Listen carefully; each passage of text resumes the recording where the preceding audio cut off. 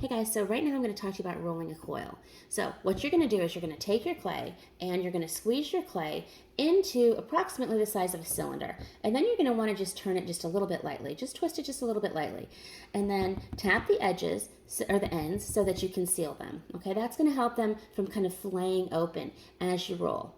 Okay, then what you're going to do is you're going to take your palms and you're kind of have your fingers up and you're going to push. And then you're going to bring it back to yourself. Push, bring it back to yourself.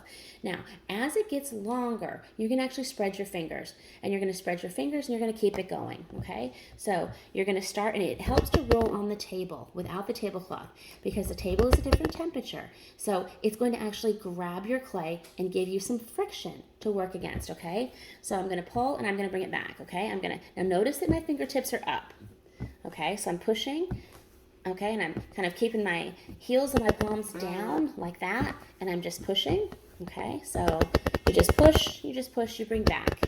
Okay, and it's coiling. Okay, so you're gonna just push, push, keep going. Pretty simple.